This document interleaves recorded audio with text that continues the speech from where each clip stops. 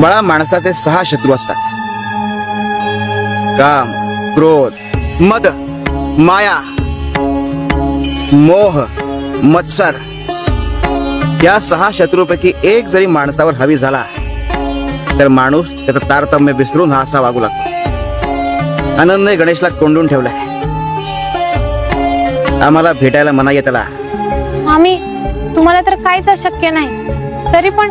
हो, पण आम्ही देखील भोगाला बांधील आहोत. होय, सगळं ठीक होईल, फक्त योग्य वेळ आल्यावर. शिव शंकर, नमामि शंकर, शिवशंकर शंभो. देवावर हे अशी वेळ येते की चोरून दर्शन द्यावं लागतं. देवाला हे भोग असता.